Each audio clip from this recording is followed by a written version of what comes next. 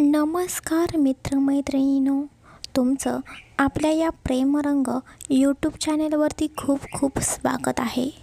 तुम्हाला आपल्या चॅनेलवरील अपडेट हवे असतील तर नक्कीच आपल्या चॅनेलला सबस्क्राईब करा आणि आपल्या कथा नक्कीच ऐकत राहा. प्रेम हे भाग 17.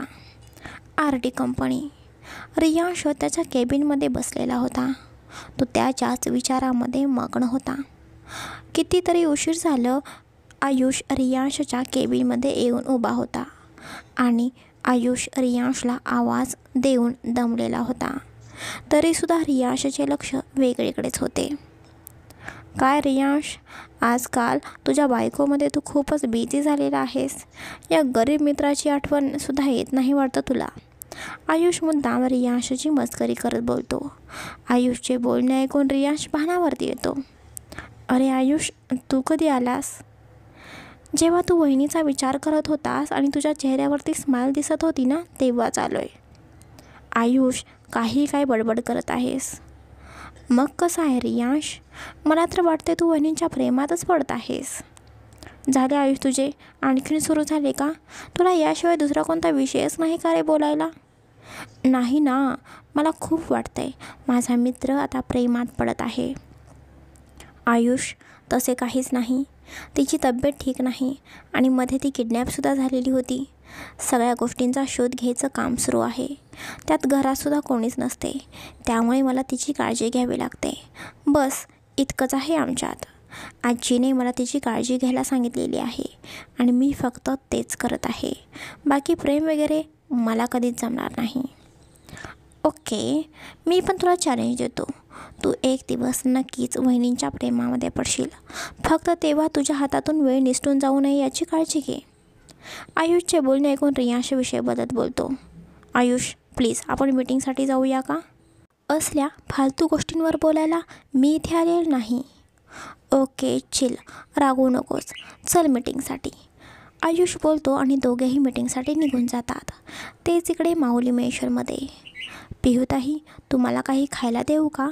सीमा काकू विचारतात. नाही नको काकू, माझं पोट भरलं आहे. बरं ताई, तुम्हाला एक सांगू का? साहेब आजकाल तुमची खूपच काळजी घेत आहेत बघा. साहेब तुमच्या प्रेमामध्ये तरी पडले नाहीत ना? काकूंचं हे बोलणं ऐकून पिऊचा चेहरा ब्लश करत होता. ताई, चक्क तुम्ही लाजताय.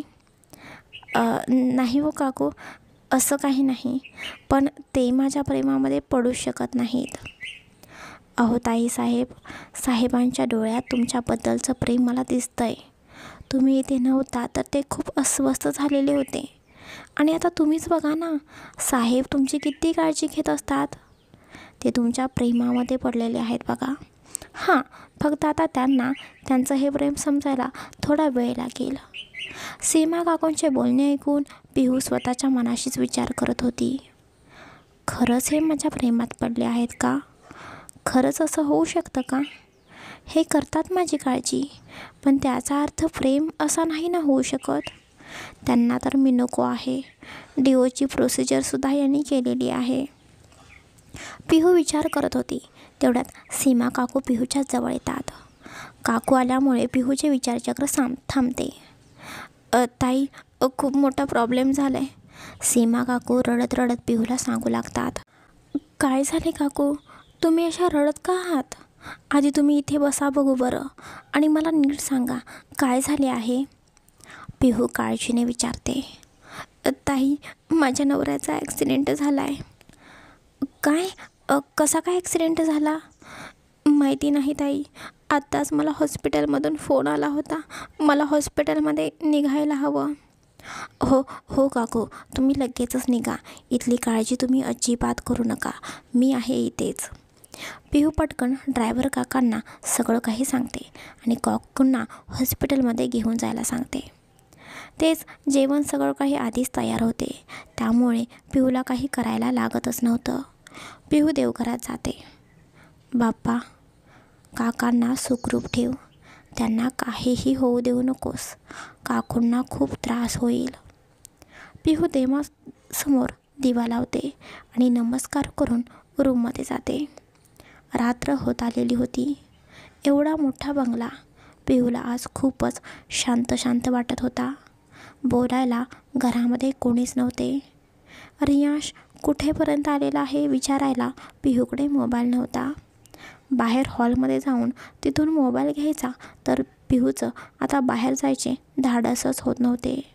हळूहळू तिची भीती जास्तच वाढत चाललेली होती. पिहू शांतपणे बेडवरती बसलेली होती. तेवढ्यात अचानक रूममधील लाईट्स बंद होतात. लाईट का गेली? भूत आले का? पिहू स्वतःच्या मनाशीच विचार करत होती. पिहू भीतीने थरथरत होती. तिला अंधारामध्ये खूपच भीती वाटत होती. रूममध्ये एकटीला तिला नको वाटत होते. डोळ्यातून पाणी येत होते. घाबरून सगळं शरीर गार पडले होते. काय करावे हे तिला समजत नव्हते. बाहेर जोरात वारा सुटलेला होता. त्यामुळे वाऱ्याने खिडकीवरचे पडदेसुद्धा उडत होते. बाहेरील झाडांच्या पानाचा सळसळाट तिला ऐकू येत होता. पिहू बेडजवळ जाऊन एका कोपऱ्यात बसते. रडून रडून आता बिचारीचे गालसुद्धा लाल झालेले होते. रियांश कधी एकदा घरी येतोय असे बिचारीला झालेलं होतं. तोपर्यंत अचानक दरवाजा वाजलेला तिला आवाज ऐकू येतो. भूत भूत आ आ आ आ आले आले. पिहूच्या तोंडातून आता शब्दसुद्धा फुटत नव्हते. भीतीने ती गुडघ्यात तोंड लपून बसलेली होती. तेवढ्यात अचानक तिच्या अंगावरती हात पडतो.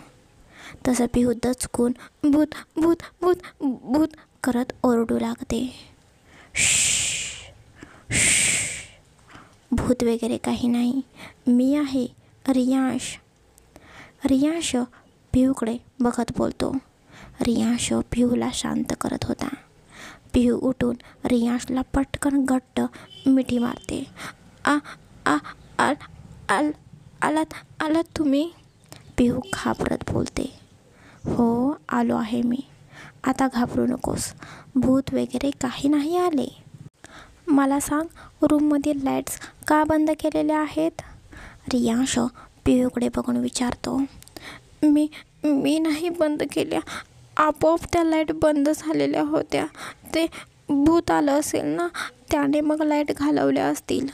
पिहू घाबरत रडतच बोलू लागते.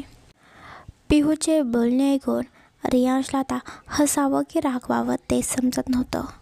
तरीही तो तिला समजावण्याचा प्रयत्न करत बोलतो. किती वेळा सांगू तुला, भूत वगैरे काही नसते. तुला माझं ऐकायचंच नाही का? तेच इकडे पिहू रियांशच्या मिठीत फक्त रडतच होती. रियांश पिहूला स्वतःपासून लांब करतो आणि लाईट्स सुरू करतो. हे बघ, लाईट्स सुरूच आहेत. तूच काहीतरी लाईट्स घालवल्या असशील. रियांश पिहूकडे बघून बोलतो आणि फ्रेश व्हायला वॉशरूममध्ये निघून जाऊ लागतो. तेवढ्यात पिहू पाठीमागून त्याला आवाज देत बोलते. हो. आता काय? रियांश परत तिच्याकडे बघत बोलतो. कुठे चाललात तुम्ही? थांबा ना. फ्रेशसुद्धा नको का व्हायला? वा. रियांश हिचे काहीच होऊ शकत नाही अशी मान हलवतो आणि फ्रेश व्हायला निघून जातो. तो फ्रेश होऊन येतो.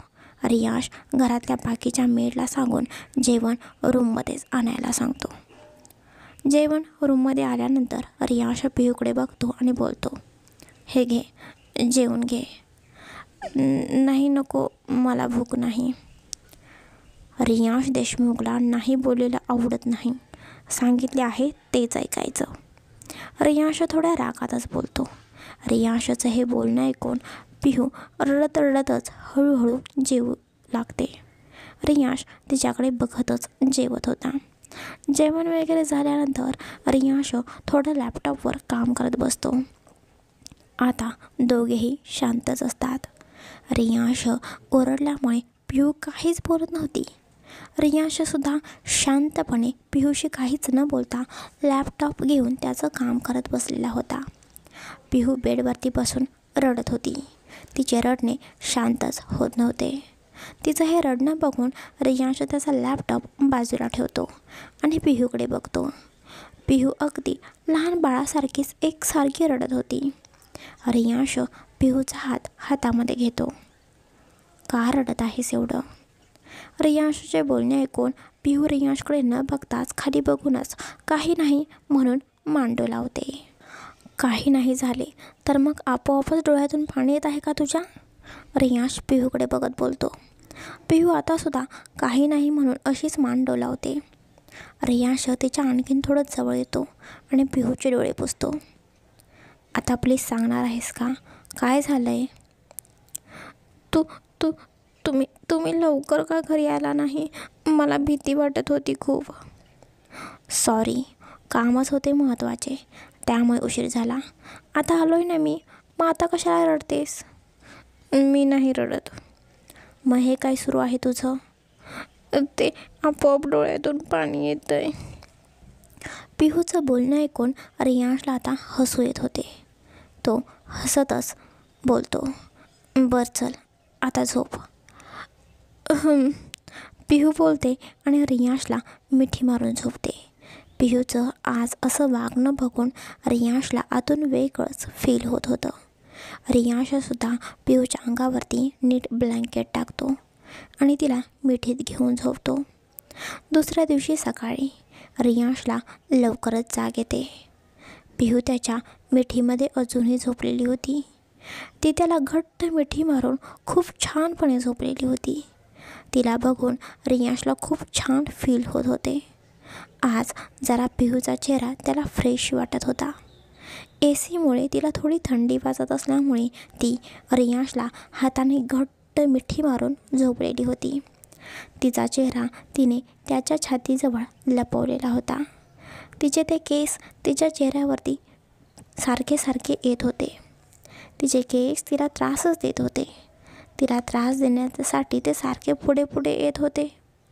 ती झोपेतच ते केस मागे सारत होती. रियांश तिच्या चेहऱ्याकडे बघतो आणि त्याच्या हाताने तो हळूच तिचे केस तिच्या कानाच्या पाठीमागे सारतो. रियांशचा स्पर्श तिच्या चेहऱ्यावरती झाल्यामुळे पिहूच्या चेहऱ्यावरती आपोआपच एक गोड स्माईल आलेली होती आणि ती स्माईल बघून इकडे रियांशच्या काळजाचा ठोका चुकलेला होता. अशी गोड सकाळ रोज होणार असेल तर रोज मी तुला भूताची भीती घालू शकतो. त्यामुळे तू माझ्या मिठीत तरी येशील. चला, आज माझा दिवस खूप छान जाईल असं वाटतं आहे. ही माझ्याजवळ आली की मला खूप स्पेशल फिलिंग येते, जी मी शब्दातसुद्धा सांगू शकत नाही. रियांश पिहूच्या चेहऱ्याकडे बघून स्वतःच्या मनाशीच बोलत होता. रियांश हळूच पिहूचा हात बाजूला सारून तिच्या कपाळावर एक छोटासा किस करतो आणि तिला नीट ब्लँकेटमध्ये कवर करून त्याचं आवरायला निघून जातो. रियांश त्याचं आवरून बाहेर येतो. तोपर्यंत इकडे पिहूलासुद्धा जाग आलेली होती. रियांश नुसताच बात घेऊन बाहेर आलेला होता. त्याने फक्त खाली पॅन्ट घातलेली होती. वरती त्याने काहीच घातलेले नव्हते. तो शर्टलेस होता. रियांशला असं शर्टलेस बघून पिहू एकटक फक्त रियांशकडेच बघत राहते. त्याची शर्टलेस बॉडी असताना तो खूप छान दिसत होता. असेच हे माझ्या पुढे आले तर मी कसे स्वतःला कंट्रोल करू? आणि हे असे मुद्दाम माझ्या पुढे येतात. शर्ट घालायला यांना काय प्रॉब्लेम आहे काय माहिती? पिहू स्वतःच्या मनाशीच विचार करत रियांशकडे एकसारखे बघत होती. तेच इकडे रियांश वॉशरूममधून बाहेर येतो आणि आरशासमोर उभा राहतो. रियांश आरशामध्ये बघतच बॉडी स्प्रे मारत होता. पिहू एकटक बघण्यात त्याला मग्न झालेली होती. आरशातूनच रियांशला समजले होते की पिहू त्याच्याकडेच बघत आहे. हे बघून त्याच्या चेहऱ्यावरती सुद्धा स्माईल आलेली होती. पण तरीसुद्धा तो चेहऱ्यावरती काहीच एक्सप्रेशन न दाखवता बोलतो, माझ्याकडे बघून झाले असेल तर पटकन तुझं आवरून घे, नाश्ता वगैरे कर आणि तुझ्या मेडिसिन खा. मी ऑफिसला चाललो आहे. रियांश काय बोलत आहे याकडे पिहूचे अजिबात लक्ष नव्हते. रियांश पिहू काहीच बोलत नाही म्हणून मागे वळून बघतो तर पिहू अजूनही त्याच्याकडेच बघत होती. रियांश तसाच शर्टलेस पिहूच्या समोर जातो आणि तिच्यासमोर हात हलवत बोलतो, झाले का मला बघून? आता मात्र आपली पिहू भानावरती येते. पिहूला समजते की तिचे काय चुकलेले आहे. पिहू लाजून मान खाली घेते आणि पटकन आवरायला निघून जाते. पिहू जातच होती तेवढ्यात रियांशू पटकन तिला आवाज देत बोलतो, थांब, मला तुझ्याशी बोलायचं आहे. रियांशूचे बोलणे ऐकून पिहू जागच्या जागी थांबते आणि बोलते, काय झाले, बोला ना. तुला काहीतरी विचारायचे आहे. 2-3 दिवस तुझी तब्येत खराब होती, त्यामुळे मी तो विषय काढला नाही. पण खरे काय ते शोधून काढण्यासाठी मला तुला सगळं काही विचारावंच लागेल. रियांशूचे असे कोड्यात बोलणे ऐकून पिहू थोडी घाबरलेलीच होती. ती घाबरतच बोलते, अहो काय झाले आहे, काही चुकले का माझे? तू आधी बस बेडवरती, रियांश बोलतो. रियांशचे बोलणे ऐकून पिहू येऊन परत बेडवरती बसते. रियांशसुद्धा तिच्याच बाजूला हातामध्ये वॉच घालत तिच्याशी बोलत होता. मला सांग, तुला जेव्हा किडनॅप केले तेव्हा ती लोकं कोण होती? अहो ती माणसे कोण होती मला नाही माहिती. त्यांनी ना त्यांच्या चेहऱ्यावरती कसला तरी काळ्या कलरचा मास्क घातलेला होता, त्यामुळे मला त्यांचा चेहराच दिसत नव्हता. मग नंतर तुला किडनॅप केल्यानंतर तर तुला त्या माणसांची तोंडं दिसली असतील ना? अहो नाही, कोणाचेच तोंड मला दिसले नाही, कारण तिथेसुद्धा 2 ते 3 माणसे माझ्यासमोर येत होती. पण त्या सगळ्याच माणसांच्या चेहऱ्यावरती तो काळ्या कलरचा मास्क होता आणि तेव्हासुद्धा त्यांनी कोणीच त्यांच्या चेहऱ्यावरील तो मास्क काढलेला नव्हता. मास्क घालूनच ते माझ्याशी बोलत होते. ओके. अहो पण ते ना मला तुमच्याबद्दल विचारत होते. तुमचे आणि माझे रिलेशनशिप काय आहे याबद्दल ते मला विचारत होते. पिहूचे बोलणे ऐकून रियांश पटकन पिहूकडे बघतो आणि बोलतो, मग तू सांगितलेस का आपल्या रिलेशनशिपबद्दल? अहो नाही सांगितले मी.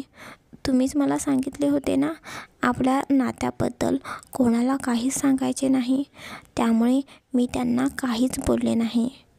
आपल्या रिलेशनशिपबद्दल मी त्यांना काही सांगितले तर ते मला सोडतील असं ते मला बोलत होते. पण तुम्ही बोलला होता की आपल्याबद्दल बाहेर कोणाला काहीच सांगायचे नाही. मग माझ्यामुळे तुम्हाला उगीच कशाला प्रॉब्लेम, म्हणून मी आपल्याबद्दल त्यांना काहीच सांगितले नाही. पिहू बोलते. पिहूचे बोलणे ऐकून इकडे रियांश विचारामध्ये पडलेला होता. तो स्वतःच्या मनाशीच विचार करतो, म्हणजे त्या लोकांनी माझ्या आणि हिचे रिलेशनशिप जाणून घेण्यासाठी हिला किडनॅप केले होते आणि हिच्याकडून ती माहिती काढून घेण्याचा ते लोक प्रयत्न करत होते. पण हिच्या जीवाला एवढा धोका असूनसुद्धा ही कशी काहीच बोलली नाही. फक्त माझ्यासाठी असं कोण करू शकते? ही जरा खरंच वेगळी आहे. दुसरी एखादी मुलगी असती तर आमच्या रिलेशनशिपबद्दल बोलून तिथून सुटली असती, पण हिने तर तसे केले नाही. रियांश त्याच्याच विचारामध्ये हरवलेला होता. हे बघून पिहू त्याला आवाज देत बोलते, अहो काय झाले, कसला विचार करत आहात?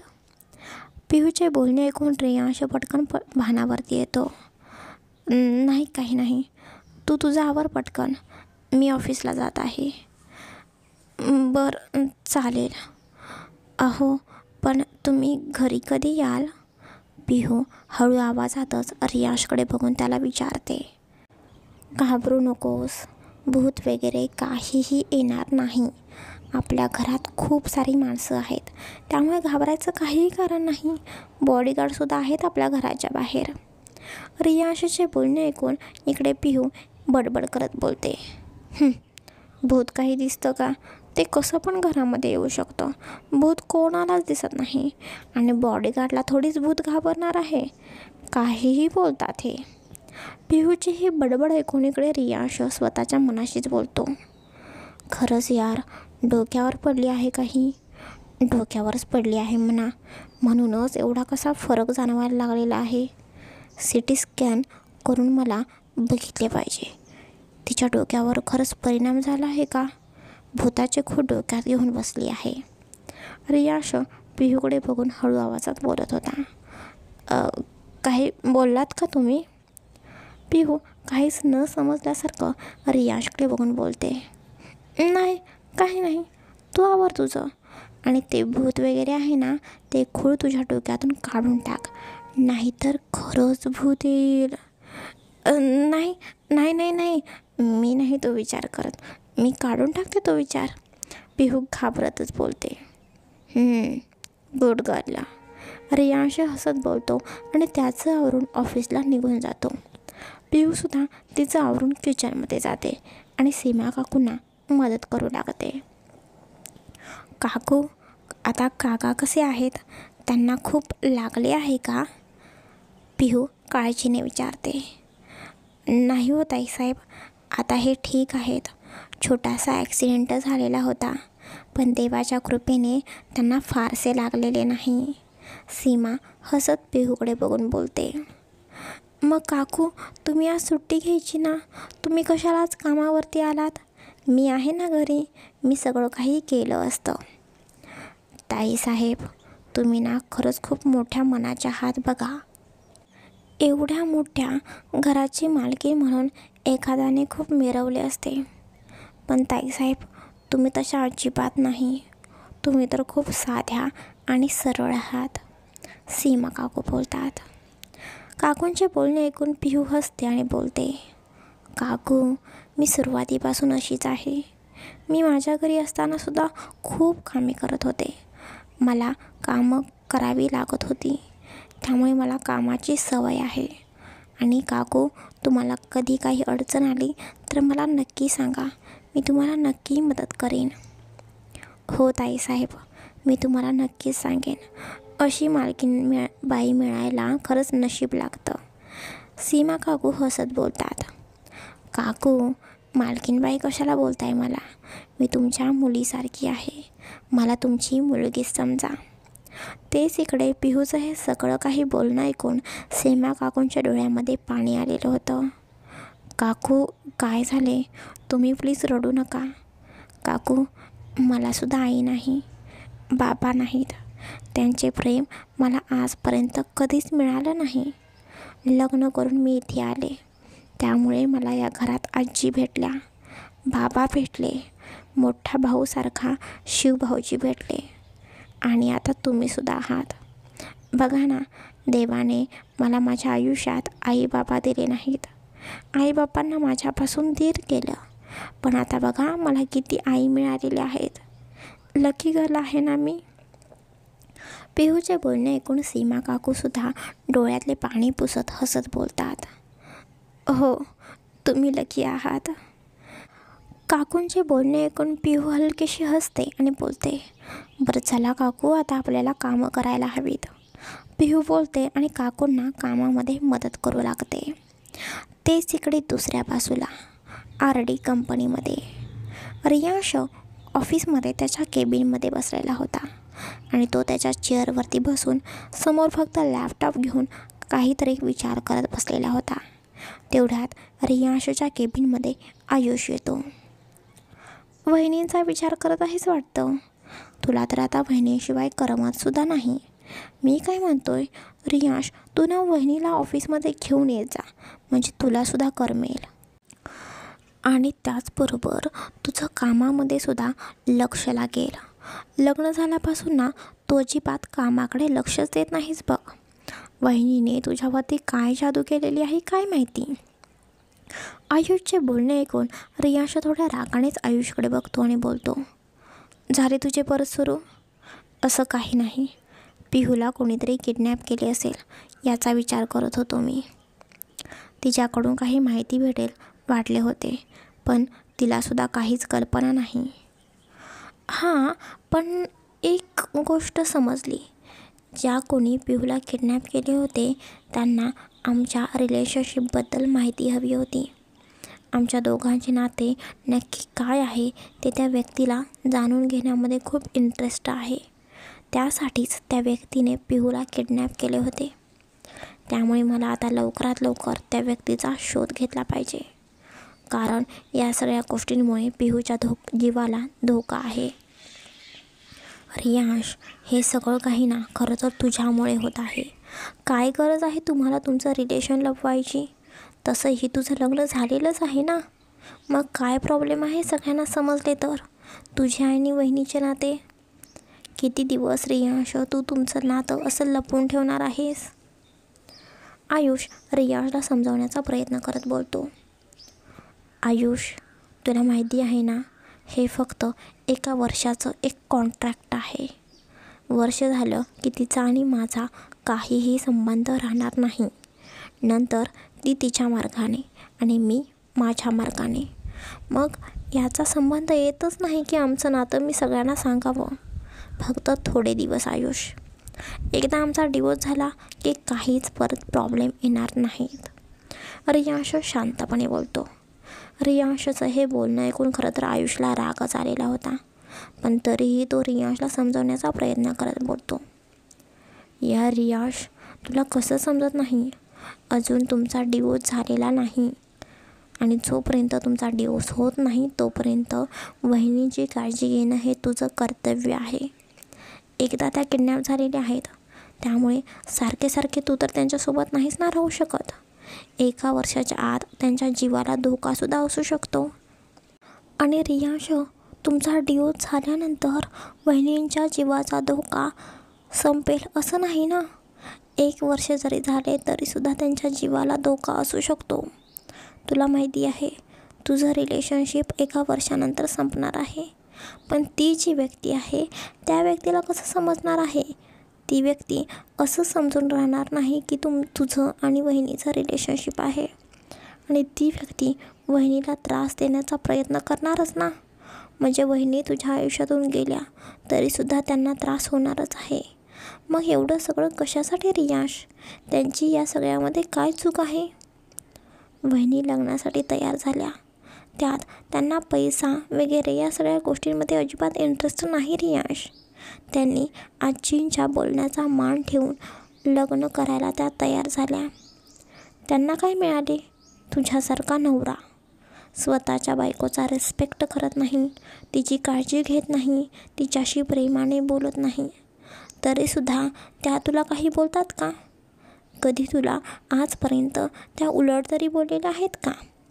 कधी तुझ्या पैशाचा त्यांनी कधी वापर केलेला आहे का. हे बघ रियांश, मला खरंच मनापासून वाटतं की तू परत एकदा या सगळ्या गोष्टींचा विचार कर. कारण अजूनही वेळ निघून गेलेली नाही. मी हे तुला सारखे सांगतोय कारण त्यामागे काहीतरी कारण आहे. रियांश, खरंच तू चुकतोयस. वेळ निघून जायच्या आधी तू स्वतःची चूक सुधारायला हवी असं मला वाटतं. कारण रियांश, एक गोष्ट कायम लक्षात ठेव. एकदा वेळ निघून गेली की पश्चातापाशिवाय तुझ्याकडे काहीही उरणार नाही.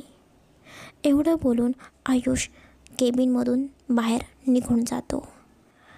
तेच इकडे माऊली मेन्शनमध्ये पिहू सीमा काकूंना किचनमध्ये जेवण बनवायला हेल्प करत होती. तेवढ्यात पिहूच्या कानी एक आवाज ऐकू येतो. पिहू बेटा. हा आवाज ऐकून पिहू आनंदाने हॉलच्या दिशेला बघते तर आजी, आई, अविनाशराव आणि शिव सगळेजणच गावावरून घरी परत आलेले होते. त्या सगळ्यांना परत घरी आलेलं बघून पिहूला खरंच खूप आनंद झालेला होता. पिहू आनंदाच्या भरात पटकन किचनमधून हॉलमध्ये येते आणि बोलते, आजी, आई, तुम्ही आलात. पिहू पटकन त्यांच्या जवळ येते आणि आजींना घट्ट मिठी मारते आणि आनंदाने बोलते, मी तुम्हा सगळ्यांना खूप मिस केलं. मला तुमची खूप आठवण आली.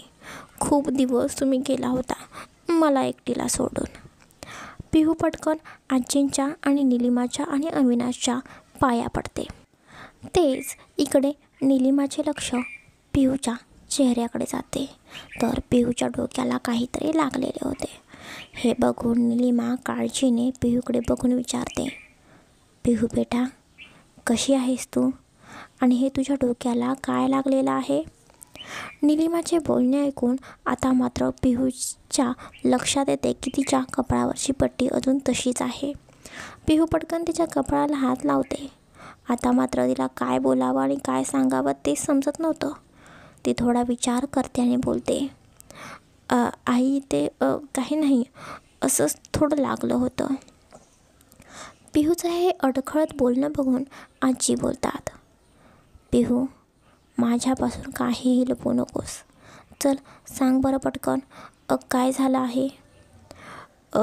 आजी, ते काय झाले, मी बाहेर गेलते आणि एक छोटासा ॲक्सिडेंट झाला. म्हणजे ना, आदू गाडी चालवत होती आणि थोडासा तिचा कंट्रोल सुटला, त्यामुळे मला थोडेसे लागले आहे. पिहू बेटा, कशा गं तुम्ही मुली आहात, अजिबात स्वतःची काळजी करत नाही तुम्ही. निलिमा काळजीने बोलते. आई, एवढे काही झाले नाही, मी ठीक आहे. खरं तर पिहू आज पहिल्यांदाच असं काहीतरी खोटं बोललेली होती, पण ती आज खरंसुद्धा सांगू शकत नव्हती. पिहूने जर घरातल्या सगळ्यांना सांगितले असते की तिला कोणीतरी किडनॅप केलेले आहे, तर घरच्यांनी पिहूची खूपच काळजी केली असती आणि रियांशलासुद्धा घरचे खूप काही बोलले असते आणि पिहूला हेच नको होतं. तेच आजी घरामध्ये थोडंसं इकडे तिकडे बघतात आणि परत पिहूकडे बघून बोलतात, पिहू बेटा, रियांश कुठे आहे? तो कुठे दिसत नाही.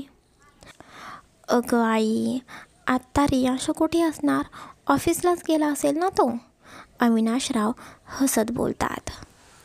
तेच आजी थोड्या रागातच बोलतात, इथे स्वतःच्या बायकोची तब्येत ठीक नाही आणि हा गेला ऑफिसला, त्याला येऊ दे घरी, मग मी त्याला काय असतं ते सांगते. आजी, तुम्ही समजताय तसं काही नाही, ते म्हणजे हे घरातच होते. पिहू रियांशूची बाजू घेऊन बोलते. तेच इकडे पिहूचे बोलणे ऐकून शिव पटकन बोलतो, बघा वहिनी आता लगेचच बाईची बाजू घ्यायला लागलेली आहे, प्रेम बघा वहिनीचे. शिव मुद्दाम पिहूला चिडवत होता. तेच शिवचे बोलणे ऐकून इकडे पटकन निलिमा बोलते, शिव गप रे, बिचारीला कशाला चिडवत आहेस. पिहू बेटा, हे बघ, तुझ्यासाठी गावाहून आम्ही काय काय आणले आहे. तू आली नाहीस तर सगळे नाराज झालेले होते, सगळ्यांना तुला बघायचे होते. हो आई, मलासुद्धा गाव बघायचे होते, परत कधी चान्स भेटेल काय माहिती आता गावी जाण्याचा. मी रियांशी बोलते, तो तुला घेऊन जाईल गावी, किती दिवस झाले तोसुद्धा गावी गेला नाही. निलिमा हसत बोलते. निलिमाचे बोलणे ऐकून इकडे पिहू स्वतःच्याच मनाशी बोलते, यांच्यासोबत गावी जाणं म्हणजे एखाद्या नरकात जाण्यासारखं आहे, त्यापेक्षा मी एकटी जाईन ना गावी, तो माणूस माझ्यासोबत असला की माझा जीवच जातो. पिहू स्वतःच्याच मनाशी विचार करत होती. तेच इकडे निलिमा पटकन आजींकडे बघते आणि बोलते, आई, तुम्हाला खरंच वाटतं का रियांश गावी जाईल? तो यावेळी आला नाही, मग नंतर काय गावी जाणार आहे. निलिमाचे बोलणे ऐकून आजी बोलतात, बघूया, काहीतरी करूया आपण, पण पिहूची गाव बघायची इच्छा आहे, मग ती इच्छा पूर्ण व्हायलाच पाहिजे. तोपर्यंत पिहू बोलते, आजी, ते सगळं जाऊ दे, तुम्ही सगळेजण आत्ताच आला आहात ना, दमले असाल सगळेजण, तुम्ही सगळेजण फ्रेश व्हा, मी पटकन तुमच्यासाठी काहीतरी गरमागरम खायला बनवते. पिहू, तू आजारी आहेस ना, तू काहीही करू नकोस, कशाला तू स्वतःला त्रास करून घेतेस, सीमा करेल ना. अविनाशराव पटकन बोलतात, नाही बाबा, मी आता ठीक आहे आणि आपल्या माणसासाठी काहीतरी करायला मला कधीच कंटाळा येत नाही, मी करेन तुमच्यासाठी काहीतरी. पिहू बोलते आणि पटकन किचनमध्ये निघून जाते. तेच पिहूला गेलेलं बघून आजी हसतात आणि बोलतात, बघ निलू, आपली पिहू किती गुणाची पोर आहे, अशी पोर आपल्याला खरं तर आपल्या रियांशसाठी शोधूनसुद्धा सापडली नसती. आजींचे बोलणे ऐकून सगळेजणच गालातल्या गालात हसतात आणि सगळेजण आपापल्या रूममध्ये फ्रेश व्हायला निघून जातात. तेच इकडे पिहू किचनमध्ये येऊन सगळ्यांसाठी गरमागरम काहीतरी खायला बनवते. अरे, तुम्ही आज आलात? रियांश ऑफिसमधून घरी येत हॉलमध्ये येऊन बोलतो. ते सगळेजण हॉलमध्ये सगळेजण काहीतरी गरमागरम खात होते. का भाई, आम्ही यायचे नव्हते का? रियांशचे बोलणे ऐकून शिव मुद्दाम बोलतो. भाई, तुला आणि बहिणीला आणखीन टाईम भेटला असता ना, उगीचच आम्ही लवकर आलो. आजी, तरी मी तुला बोलत होतो, अजून थोडे दिवस आपण थांबूया, म्हणजे या दोन प्रेमी युगांना आणखीन टाईम भेटला असता. तेच शिवचे बोलणे ऐकून इकडे रियांश थोडा रागातच होता. तो रागानेच शिवकडे बघतो आणि बोलतो, शिव, काय बोलत आहेस हे तू? का बाई, मला खरं खरं सांग, तू आणि बहिणीने एकत्र टाईम स्पेंड केला नाही का? तेच शिवचे बोलणे ऐकून इकडे निलिमासुद्धा डोळे मोठे करून शिवकडे बघते आणि रागातच बोलते, शिव, गप्प बस ना, का चिडवत आहेस त्याला? तेच इकडे पिहू लाजतच किचनमध्ये निघून जाते. पिहूला लाजत किचनमध्ये गेलेलं बघून शिव परत बोलतो, बघा, वहिनी लाजली म्हणजे नक्की तुमच्या दोघांमध्ये नक्की काहीतरी झालं आहे. ए बाई, सांग ना, काय झालं आहे? मला ना सगळं ऐकायचं आहे. शिव एकदम डायरेक्टच अशा गोष्टी विचारत होता. त्यामुळे रियांशलासुद्धा थोडं लाजल्यासारखं आणि थोडा रागसुद्धा येत होता. त्यामुळे रियांश रागानेच शिवच्या मागे त्याला मारायला जातो. शिवसुद्धा पटकन सोफ्यावरून उठतो आणि इकडे तिकडे पळतच सुटतो. अशीच या दोघांची काही वेळ मस्ती चाललेली होती. तेवढ्यात आजी हसतच रियांशकडे बघतात आणि बोलतात, रियांश, जरा इकडे ये. आजींचे बोलणे ऐकून रियांश आजीकडे बघतो. इथे बस. काय झाले आजी? रियांश बोलतच आजींच्या बाजूला बसतो. रियांश, पिहूची तब्येत खराब आहे. आम्ही इथे नव्हतो. मग तू तिची काळजी घेणं हे तुझं कर्तव्य होतं, पण तू तर ऑफिसला निघून गेलास ना. आजी, अगं असं कसं बोलत आहेस तू? मी 2 ते 3 दिवस ऑफिस सोडून घरीच होतो आणि आज मी गेलेलो आहे ऑफिसला. आजी बघ, मी तेच बोलत होतो तुला. यांना आता आपली अडचण होते. आपण उगीचच इकडे आलेलो आहे. शिव परत मुद्दाम मस्करी करत बोलतो. शिवचे बोलणे ऐकून रियांश परत रागाने शिवकडे बघतो. तेच इकडे निलिमा आनंदाने रियांशकडे बघते आणि बोलते, म्हणजे रियांश, तू पिहूची 2-3 दिवस काळजी घेतलीस? रियांश फक्त इतकेच बोलतो. तिची तब्येत खराब होती आणि तुम्ही सांगितले होते तिची काळजी घ्यायला. तुम्ही बोलला म्हणून मी माझे काम सोडून 2 ते 3 दिवस घरी थांबलो. नाहीतर माझ्याकडे असल्या फालतू कारणांसाठी अजिबात टाईम नसतो. आणखीन एक महत्त्वाची गोष्ट, माझ्या या वागण्याचा तुम्ही अजिबात चुकीचा अर्थ नका काढू प्लीज. मी फक्त नाईलाज म्हणून हे सगळं काही केलेलं आहे. रियांश एवढं बोलतो आणि रागात त्याच्या रूममध्ये निघून जातो. तेच इकडे पिहू किचनमध्ये काम करत होती. पण रियांश जे काही बोलत होता ते पिहूच्या कानावरती सुद्धा पडलेले होते. तिला खूपच रियांशच्या बोलण्याचे वाईट वाटलेले होते. पिहू स्वतःच्या मनाशीच विचार करत होती, म्हणजे 2 ते 3 दिवस हे ऑफिस सोडून घरी राहिले. यांनी माझी 2 ते 3 दिवस चांगल्या पद्धतीने काळजी घेतली. ते फक्त नाईलाजाने केलं का? मला तर वाटत होतं हळूहळू हे माझ्या प्रेमामध्ये पडत आहेत. यांना मी आवडत आहे. पण तसं तर काहीच नाही. यांच्या तर मनात तसं काहीच नाही. खरंच मी उगीच यांच्याकडून अपेक्षा ठेवल्या. हे नाहीत बदलणार. हे मला कधीच त्यांची बायको म्हणून नाहीत स्वीकारणार. माझंच चुकत आहे. मीच यांच्यामध्ये जास्त अडकत जात आहे. त्याआधी मलाच या सगळ्या गोष्टीतून सावरलं पाहिजे. यांच्यापासून मलाच आता 4 हात लांब राहिले पाहिजे. नाहीतर पुढे जाऊन मलाच या सगळ्या गोष्टींचा खूप त्रास होईल. आणि एकदा मला यांची सवय झाली की या सगळ्या गोष्टीतून बाहेर पडणं मला खरंच मुश्किल होऊन जाईल. मला ते जमणारसुद्धा नाही. 1 वर्ष झाला की हे मला डिवोर्स देतील आणि हे माझ्यापासून लांब जातील. पण हे सगळं झालं की मग माझं काय? एकतर मला यांची खूप सवय होत आहे. मी यांच्याशिवाय नाही राहू शकत. मग मी यांच्याशिवाय खरंच परत राहू शकेन का? नाही पिहू, तू संसाराची स्वप्न बघू नकोस. तुझा संसार कधीच सुरू होणार नाही. DOचे पेपरसुद्धा यांनी कधीच तयार केलेले आहेत. यांना मी नको आहे हे फिक्स आहे.